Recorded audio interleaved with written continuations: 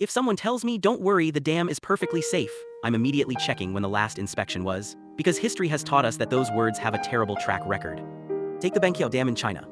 Back in the 1970s, it was considered an engineering masterpiece. Built to control flooding and generate electricity, it was designed to withstand what engineers called a once-in-a-thousand-years storm. Sounds reassuring. Until nature decided to raise the difficulty. In August 1975, Typhoon Nina stalled over the region and dumped an unbelievable amount of rain. We're talking about an entire year's worth of rainfall in just a few days. The rivers swelled, reservoirs filled, and the dam started taking on more water than it was ever meant to handle. Now here's the terrifying part.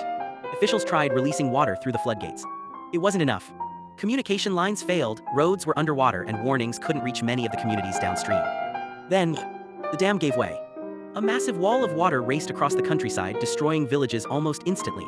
Other dams failed one after another, creating a chain reaction that made the disaster even worse. Imagine surviving the first flood, only to realize another one is right behind it. The scale was almost impossible to comprehend. Hundreds of thousands of homes were destroyed, millions of people were affected, and modern estimates suggest the disaster ultimately contributed to the deaths of well over 100,000 people through the flood itself and its aftermath, including disease and famine. And somehow, many people outside China have never even heard of it.